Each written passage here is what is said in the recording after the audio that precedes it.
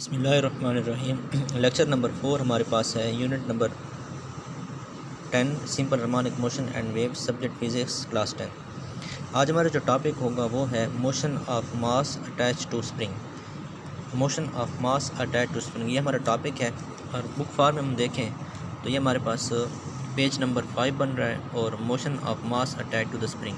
आप ये डिस्कस करेंगे कि motion of mass attach to spring जो है ये हमारे पास क्या होता है और ये किस तरह जो है वो एग्जीक्यूट करता है सिंपल हार्मोनिक मोशन को, और इसकी फार्म में हम फर्दर क्या जो है वो डिस्कस करते हैं। तो सबसे पहले हम पढ़ते हैं motion of mass attach to spring. यानी स्प्रिंग हमारे पास सिंपल फार्म जो कि ऑसिलेट करता है या फिर वो स्ट्रेच होता है या कंप्रेस्ड होता है, तो जब हम उसे किसी भी रिजिड सपोर्ट के साथ जोड़ते हैं या किसी भी फिक्स सपोर्ट के साथ जब हम उसे जोड़ते हैं तो फिर हमारे पास जो उसकी मोशन है वो कैसी होती है, और फिर क्या हम उसकी मोशन को एग्जीक्यूट कर सकते हैं सिंपल हार्मोनिक मोशन में। इन अदर वर्ड्स, इसकी फार्म में जो क्वेश्चन है कि आप motion of attach spring show करें और फिर आप ये भी एग्जीक्यूट करें, ये भी बताएं कि एग्जीक्यूट करता है सिंपल हार्मोनिक मोशन को।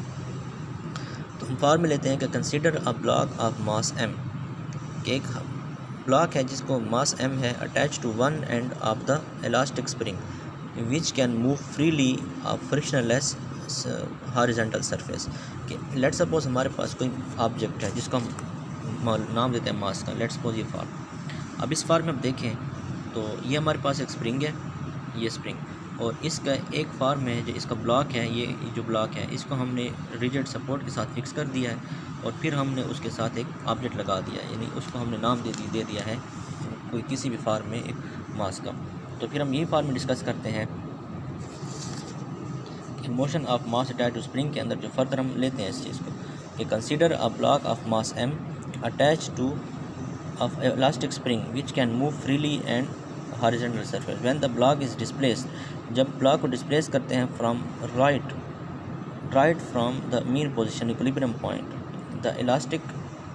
फॉर्म इसकी ये है कि जब हम इसको रिलीज़ करते हैं या डिस्प्लेस करते हैं, ये फार्म जब हम इसको डिस्प्लेस करते हैं तो फिर आफ्टर डिस्प्लेसमेंट जो फार्म है इसकी वो अपनी मीन टू एक्सट्रीम फार्म में चला जाता है। यानी जो इसकी फार्म है वो अगर हम इसको राइट फार्म में करें तो राइट फार्म में मूव करने के बाद ये टोटली जो है वो चेंज हो जाता है। लेट सपोज ये फार्म इसकी है, तो इस फार्म में जब ऑब्जेक्ट है तो इसको ये इसकी मीन पोजीशन है, ये देखिए ये इसकी इक्विलिब्रियम पोजीशन मीन पोजीशन है।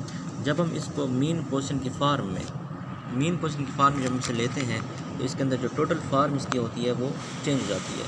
तो उसकी फार्म को हम सिंपल फार्म में ले सकते हैं कि मीन टू एक्सट्रीम जो है वो ऑब्जेक्ट ने मूव किया। जब mean to extreme object move करता है तो उस फार्म में फिर फार्म क्या होगी। लेट सपोज ये इसकी है इक्विलिब्रियम पोजीशन। जब इसको डिस्प्लेस किया जाता है from mean to extreme position, mean से एक्सट्रीम जब हम इसे डिस्प्लेस करते हैं तो फर्दर इसकी फार्म जब वो क्या होगी हम इसको डिस्कस करते हैं like this. The restoring force pull the back pulls the block towards equilibrium position.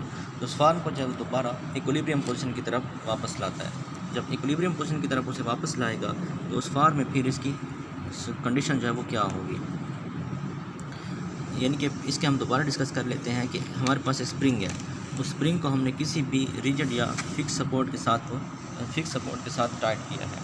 तो फर्दर फिर हम इसे डिस्कस करते हैं कि restoring force on the block equilibrium position for an ideal spring system that obeys Hooke's law. अब इसकी farm जो है वो हुक्स लॉ ओबे करते हैं। वो कैसे? हुक्स लॉ हमारे पास क्या होता है कि हुक्स लॉ हमारे पास वो फार्म है कि extension and compression directly proportional to applied force, कि विद इन इलास्टिक लिमिट, कि किसी भी इलास्टिक लिमिट में जब हम उसको डिस्प्लेस करते हैं स्प्रिंग को, तो उसमें जब हम डिस्प्लेस करते हैं तो फिर वो स्ट्रेच हो जाता है, फिर कंप्रेस हो जाता है। उसकी एक्सटेंशन और उसकी कंप्रेशन वो डायरेक्टली प्रोपोर्शनल होती है अप्लाइड फोर्स के, जिसको हम फर्दर डिस्कस करते हैं। तो जब हम इसको डिस्प्लेस करते हैं तो फिर ये दोबारा एक्सट्रीम पोजीशन से मीन पोजीशन पर कंप्रेस हो जाता है और फिर दोबारा मीन टू एक्सट्रीम जाता है, यानी ये ओबे करता है हुक्स लॉ को।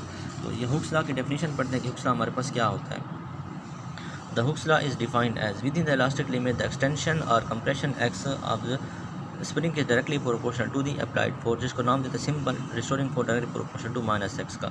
Since F and x always have opposite direction होती हैं, therefore we have negative sign in equation. अब इसको हम जो है वो नेगेटिव साइन से शो करते हैं। क्यों? अभी हमने प्रीवियस लेक्चर में भी डिस्कस किया था कि रिस्टोरिंग फोर्स जो है वो डिस्प्लेसमेंट के अपोजिट होती है और वो इसके अगेंस्ट काम करता है, इसलिए इसके हम नेगेटिव साइन शो करते हैं। इसकी फॉर्म में है वी हैव नेगेटिव साइन, जो नेगेटिव साइन रिमूव करते हैं तो फिर प्रोपोर्शनल साइन रिमूव करेंगे तो फिर इसकी जगह आ जाएगा equal to minus constant X. अब कांस्टेंट की जगह फोर्स कांस्टेंट लगाएंगे माइनस के, तो F is equal to minus K X. जो फॉर्म हमारे पास है ये ओबे करता है हुक्स लॉ को, या मास स्प्रिंग सिस्टम के अंदर जो हुक्स लॉ है उसको ओबे करेगा। The spring system represented by the letter K इस इक्वेशन 1, यानी कि इसको हम जो लेटर के से शो करते हैं हमारे पास स्प्रिंग कांस्टेंट होता है। अब ये जो अभी मैंने सारी बात की है ये उसकी डायग्रामेटिकल रिप्रेजेंटेशन है कि जब ऑब्जेक्ट को डिस्प्लेस करते हैं तो फिर ये, अब ये देखें इसका डिस्प्लेसमेंट जो है वो राइट वर्ड है, लेकिन जिसकी रिस्टोरिंग फोर्स है वो उसके अपोजिट काम कर रही है। जब ये मीन पोजीशन पर आ जाएगा उस वक्त इसकी रिस्टोरिंग फोर्स 0 हो जाएगी because object at mean position. अब जब दोबारा ये कंप्रेस्ड हो जाएगा तो इसमें इसका डिस्प्लेसमेंट तो इस तरफ है, लेफ्ट वर्ड है, लेकिन इसका जो रिस्टोरिंग फोर्स होगी वो जो है आपके पास नेक्स्ट फॉर्म में होगी। फर्दर जब हम इसे डिस्कस करते हैं, करेंगे, यानी कि रिस्टोरिंग फोर्स को फॉर्म हम लेंगे, इसकी टोटल रिस्टोरिंग फोर्स को डिस्प्लेसमेंट के साथ जब हम एग्जीक्यूट करेंगे तो इसको देखें, as the block does not stop at mean position पर स्टॉप नहीं होता and it move back and forth due to restoring force की वजह से बैकवर्ड जब मूव करता है the restoring force pushes the acceleration in the body, तो वो फिर ऑब्जेक्ट के अंदर जो है वो एक्सेलरेशन को जो है प्रोड्यूस करता है, यानी कि जब उसको पुश करता है तब उसके अंदर जो है वो एक्सेलरेशन जो है वो प्रोड्यूस करता है। अब फर्दर फिर हम इसमें लेते हैं कि जब एक्सेलरेशन प्रोड्यूस होता है फोर्स के थ्रू तो उस फॉर्म में हम इसको क्या लेंगे, एक्सेलरेशन प्रोड्यूस होगा from Newton second law of motion के थ्रू, F restoring force equal to m a, यानी सेकंड लॉ ऑफ मोशन। अब जो इक्वेशन 1 हमारे पास थी यानी F is equal to minus K X, उसको और इक्वेशन 2 को कंपेयर किया तो हमारे पास ये फॉर्म आ गई। अब इसमें जो है एक्सेलरेशन की वैल्यू लें तो m यहाँ पे मल्टीप्लाई हो रहा है, इस तरफ आएगा तो डिवाइड हो जाएगा k by M x.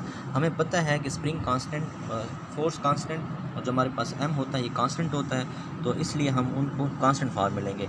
As the spring k and the mass does not change, ये चेंज नहीं होते during the oscillation of mass attach to spring, therefore